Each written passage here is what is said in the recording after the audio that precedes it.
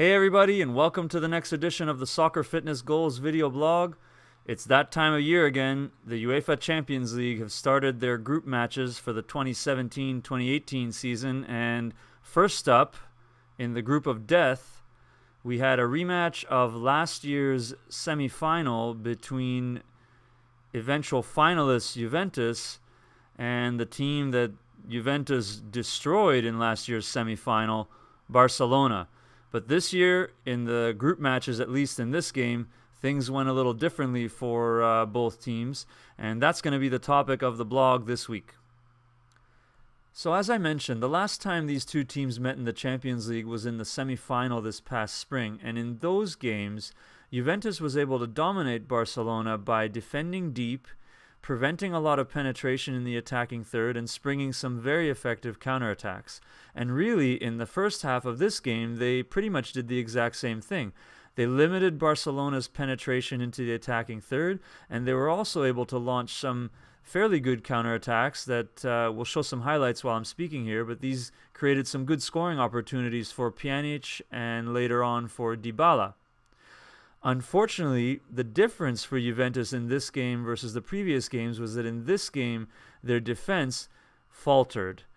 And the primary errors that led to the eventual scoring of two of Barcelona's 3 goals were, for my mind, due to mistakes made by one player, and that's the center back for Juventus, number 4, Benatia. And really, the mistakes that he made are some simple elementary things that any young coach or coach that's working with young players should be communicating to their defenders, and that's the idea of pressure, cover, and balance. So what do we mean by pressure, cover, and balance? Well, essentially, as the ball travels, if you're the defending team, the first thing that you want to do is make sure that the player who's going to receive a pass is pressured. And so the first defender, and typically it's the defender that's closest to that player based on the zones and the positions, that's going to be the player that goes out to pressure the ball. Pressure could be to prevent forward play. It could be also not just to prevent forward play, but to try to encourage or shift the ball to one side by cutting off another side. But the basic idea is that the player who is closest to the ball, as the ball is traveling to an opposing player, is going to move quickly and get into a pressuring position. The next player, and potentially even 2 players surrounding the pressuring player, are going to be the ones that provide cover. And cover is very important for 2 reasons. Number 1, the covering player is there close to the pressuring player, but on a diagonal. And typically that angle would be something like a 45-degree angle. And you might have only 1 covering player, or depending on the area of the field, you might even have 2 on either side. But those covering players primarily are there in case the pressuring defender gets beaten 1v1, and therefore then the pressuring player can go and step in and apply pressure.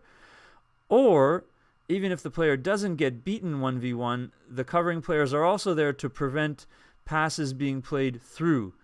And this would be, if a pass was played through, this would mean that the players would get split. So, Benatia, and what we'll do is we'll show first a highlight of the run and the little wall pass play by Messi that led to the first goal that he eventually scored. So what we'll do is we'll show that Messi does a pretty good penetrating dribble and then plays the ball off to the left side of the box.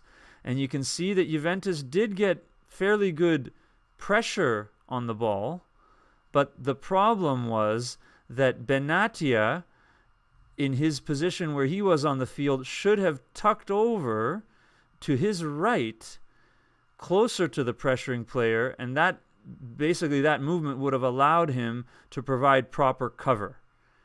Since he didn't provide proper cover, he pretty much left himself in no man's land, and as you'll see, as the ball got played quickly back to Messi, he was not in a position where he was close enough to actually be able to block the shot, and Messi was given pretty much a free path towards goal, and it's impossible to stop a great player like that when he's that close to goal.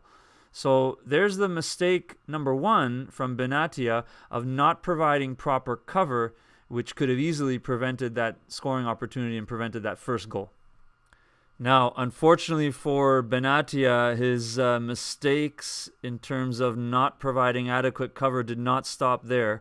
We'll fast forward now to the third and final goal from Barcelona, and this really prevented any possible comeback from Juventus because it made it 3-0.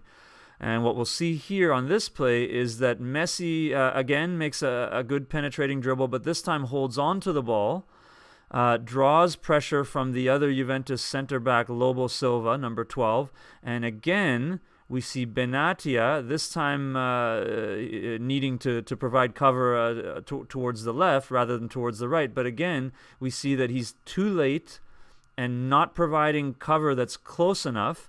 And when Lobo Silva quickly gets beaten off the dribble, Benatia is not in a position where he's close enough to actually pressure Messi before he's able to fire off a shot and again score the goal.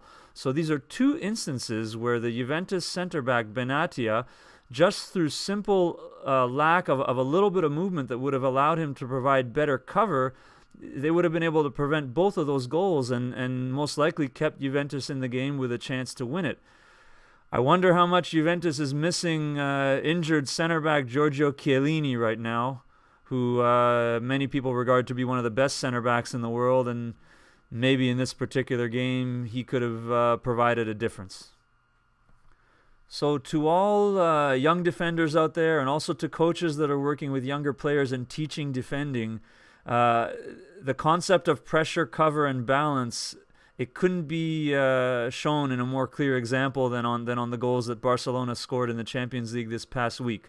Of course, when you're playing at the top level against top players like Messi and the other attacking players from Barcelona, and you don't get your pressure cover balance correct, you're going to get punished for it. So really the message is that defending players, especially in the back line and especially when they're close to their own box, they need to be focused and dialed in all the time, because a slight lack of movement at just the right time is going to allow a good player to capitalize, and that's what we saw in the goals from Barcelona this week. So that's it for the Soccer Fitness Goals video blog for this week. I hope you enjoyed it.